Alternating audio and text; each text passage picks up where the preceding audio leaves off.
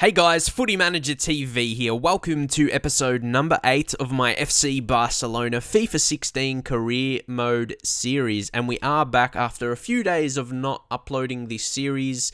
For those of you guys that don't know, I mentioned in my last Leeds United episodes, it was my birthday yesterday. Well, it might technically still be March 1st in some European countries, but for me in Australia, yesterday was my birthday, so I spent time with family the last few days as well, all that kind of thing. And I'm actually in an amazing mindset now, especially yesterday, not as such feeling older when it was my birthday, but just in a fresher mindset more than anything. And I'm really motivated to work hard for my job, which is obviously YouTube. So you should be seeing a lot of uploads coming, especially in this series. Drop a like if you would like to see that either way.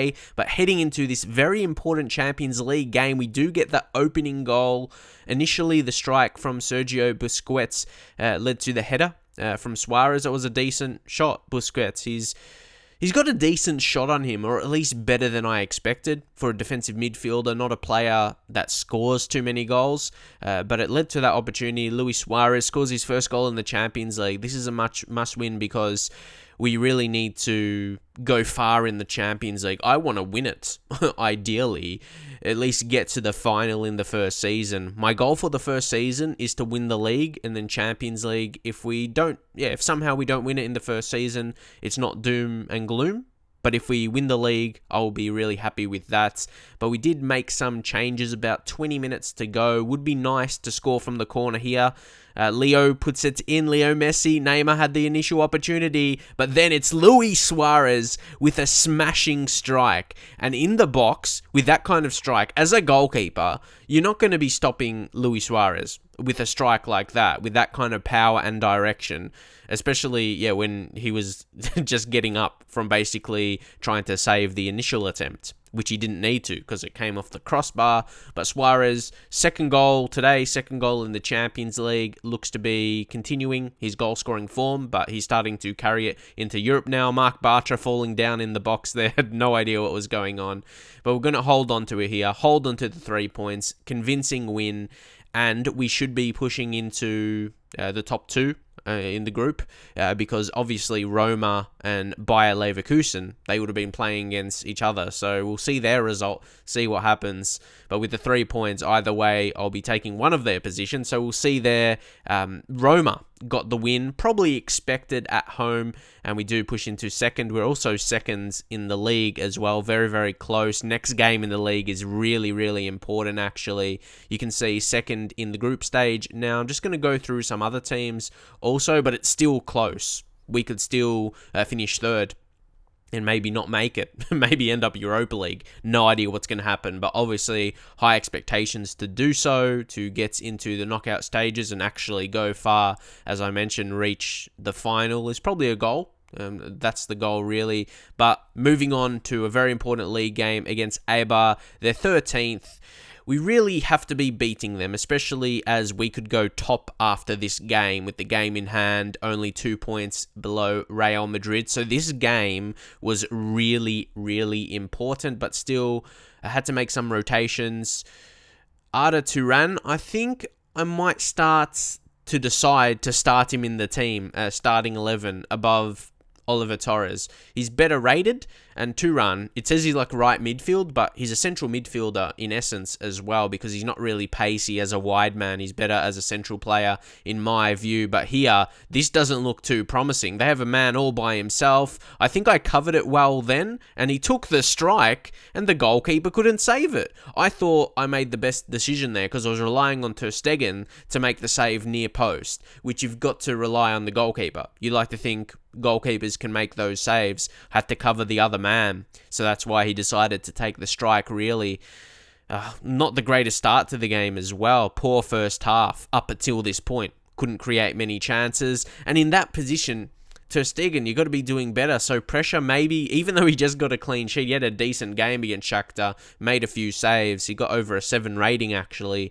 But unfortunately, sometimes he lets me down in situations where he should be making the save, like here once more. Or maybe yeah, on this occasion, it wasn't 100% his fault. I tried to go for the header, but my player ended up falling down. You should be able to go for the header without falling, but unfortunately he did and led to the goal. So maybe thinking still, Ter Stegen, maybe he needs a breakout, don't know, and tried to show an attacking chance. Kind of summed up this game up until this point for us. We couldn't really get anything going. Arda Turan here as well. They made the interception. Got to give credit to Eibar here. They've played well. They scored their goals and they defended really well. Also, another corner chance, but again, was defended really well. I can only give credit to them up until that point when they run to the corner and time waste. I don't give credit to them then, but as a whole, they did have a good game. So that's very disappointing. We had a chance to go top, but we just have to move on. Games like that, we head into a training session, and Sergi Samper developing. Papelu, we got on 2 drills to improve his passing. So that's what I look towards, like after a loss or something. I look straight towards the positives, because on Legendary, you're not going to be winning. Well, maybe some people can. You can win every single game. With Barcelona, good team, but you get those kind of games where nothing happens for you and you just can't get your game going on Legendary, and you just got to move into the next game. And that's what this series is about. Hopefully you guys can understand that it's not about playing amazing and being the best player in FIFA or something. It's about developing the Barcelona squad, how Barcelona do in real life. When I got these guys coming through like Sampa and Papelu, the exciting future. They'll be like the next Busquets, like maybe Sampa, like centre defensive midfield, that position. And then you got Papelu coming through, maybe the next Iniesta. Oliver Torres I signed, he's Spanish, the Barcelona style of player. Good passing, as you can see, plays it through to Messi here. In the cup now, of course, very important game to win against Osasuna. But look at Lionel Messi. He cannot be stopped. Don't forget, it's Osasuna though, but it's still, that's absolutely amazing stuff. I was pumped with that because the last game, very disappointing. It's crazy. Why could I not do that in the last game? Leo Messi just dribble through the defense. And what a finish though. I'm not sure what was better, the finish, how we took it, the technique there, or how we just dribbled and weaving through the defense like that in the box. That was a clinical finish, trademark finish from Lionel Messi to make it 1-0. And I want to be seeing more from him. And pretty much I've got to utilize him more. I haven't been specifically using him more than another player. I've just been playing like normally with my attacking players. I haven't been preferred to go down the left or down the right. But maybe I should with Leo Messi. Because here he goes once again. Could he make it 2-0? Ooh, straight at the goalkeeper. Oh, it's going to go in somehow. Not a very conventional goal, but once more, the dribbling from Leo Messi created it, and Oliver Torres, he's been dying to get on the score sheet. He was like celebrating before it went into the back of the nets, but it is going to go down as an own goal, and Oliver Torres, he runs through the net there. See, he was celebrating before the ball went into the back of the net, so EA, you still got to work on that kind of stuff, but what can you do? Again, just another thing. Don't focus too much on it. Like, I treat it as something funny. People think it's like a flaw in the game, but I just, at the end of the day, you just laugh at it. Like, yeah, you just think it's funny more than anything. I don't really take it too seriously when players do something like that. I just treat it as funny. Sure, technically it's a flaw in the game, running through the net as well, celebrating before it's technically a goal, but yeah, does anyone else just laugh at it? And yeah, sometimes you don't take it too seriously, but we do have to move on now into the next league game. This is a must win after getting defeated. And also, it's 4th versus 5th. Villarreal is having a decent season so far, so it's not going to be an easy game. Especially, we're going to look to rotate the team once more. I learned, if there's anyone remember back my Manchester United career mode series, my first series in FIFA 16 career modes, towards the end of the season, I had a lot of fitness troubles, and then it led to injuries, and was very unfortunate because I was looking like winning the league. I did go on to do it in the second season, but I learnt from that. And we have the squad to do so. That's the thing. I can't think... Well, also, because it's a must-win, I still have to start Messi. He's kind of the exception.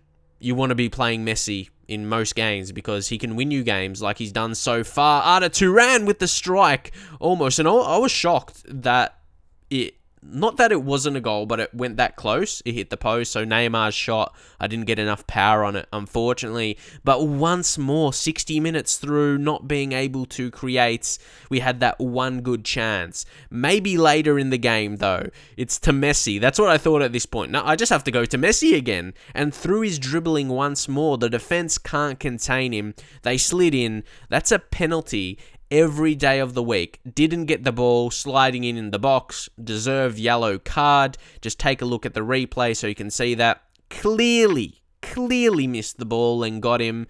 But now Messi has to hit it well. He gets it in the green, looks promising, and then finds the back of the net to make it 1-0.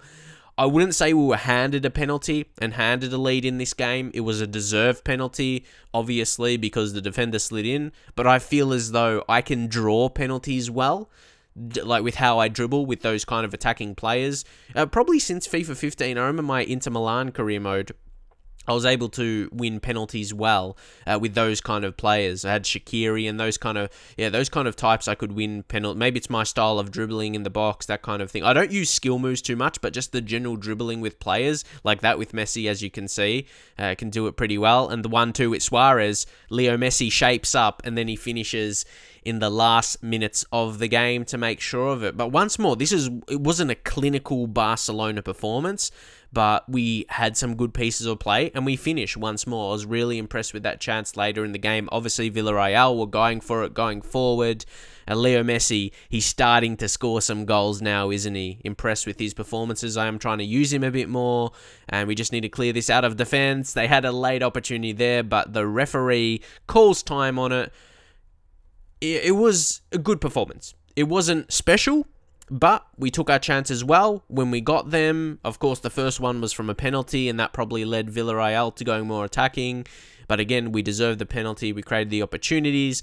Another training drill to finish off this episode. Some season Ds, nothing too amazing, but consistent. Consistency is the key. Good to see no Fs or anything like that. And I'll show you our U squad right now. It's looking pretty decent this early in the career. We got some good names in there in terms of their potential. Not their actual name, but I mean, yeah, we got a few good guys. That Paz, he looks like a decent midfielder, could have pretty good potential. And Madeira was the Scout of Future Star player, left back. Portuguese, looks to have high potential. Javier Mascherano wants to leave because I'm not playing him. He's not my favourite player as a centre-back because of his heights, but I could maybe use him as a rotation to Busquets, but maybe you think maybe use Sergi Sampo instead. But either way, I hope you guys enjoyed the episode. Again, drop a like if you want to go back to daily uploads of this series, and I'll see you guys in the very next episode.